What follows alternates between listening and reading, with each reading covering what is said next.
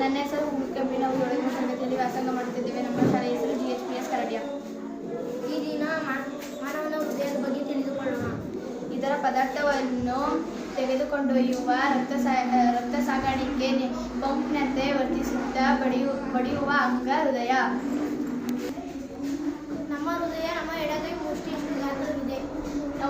ಹೃದಯ 1 ನಿಮಿಷಕ್ಕೆ 72 ಬಾರಿ ಬಡಿದುಕೊಳ್ಳುತ್ತದೆ. ನಮ್ಮ ಹೃದಯ ಬಡಿದುಕೊಳ್ಳುವುದನ್ನು ನಾವು ಸ್ಟೆಥೋಸ್ಕೋಪ್ನಲ್ಲಿ ಅಳೆಯುತ್ತೇವೆ. ವಿಲಿಯಂ ಆರ್ವೆ ರಕ್ತ ಪರಿಚಲನೆಯನ್ನು ಕಂಡುಹಿಡಿದಿದ್ದಾರೆ. ನಮ್ಮ ಹೃದಯದಲ್ಲಿ ಆಕ್ಸಿಜನ್ ಯುಕ್ತ ರಕ್ತ ಮತ್ತು ಕಾರ್ಬನ್ ಡೈಆಕ್ಸೈಡ್ ಯುಕ್ತ ರಕ್ತವನ್ನು ಬೆರೆತುಕೊಳ್ಳಬಾರದೆಂದು ಹೃದಯದಲ್ಲಿ 4 ಕೋಣೆಗಳಿವೆ. ಅವುಗಳ ಹೆಸರು ಬಲ ಹೃತ್ಕರ್ಣ, ಎಡ ಹೃತ್ಕರ್ಣ, ಬಲ ಹೃತ್ಕರ್ಷಿ, ಎಡ ಹೃತ್ಕರ್ಷಿ.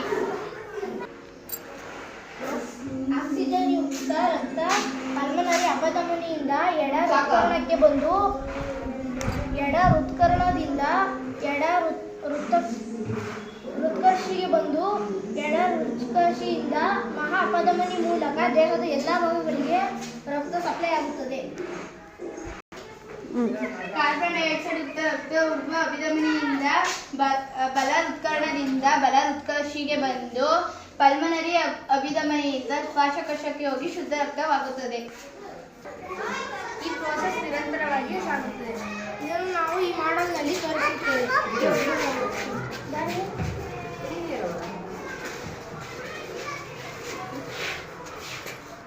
ಪಲ್ಮನರಿ ಅಭಿಧಮನಿಯಿಂದ ಎಡ ಹೃತ್ಕರ್ಣಕ್ಕೆ ಬಂದು ಎಡ ಹೃತ್ಕರ್ಣದಿಂದ ಎಡ ಹೃತ್ಕರ್ಷಿಗೆ ಬಂದು ಎಡ ಹೃತ್ಕರ್ಷಿಯಿಂದ ಮಹಾ ಅಪಧಮನಿಗೆ ಬಂದು ಅಪಧಮನಿಯಿಂದ ದೇಹದ ಎಲ್ಲ ಭಾಗಗಳಿಗೆ ರಕ್ತ ಸಪ್ಲೈ ಆಗುತ್ತದೆ.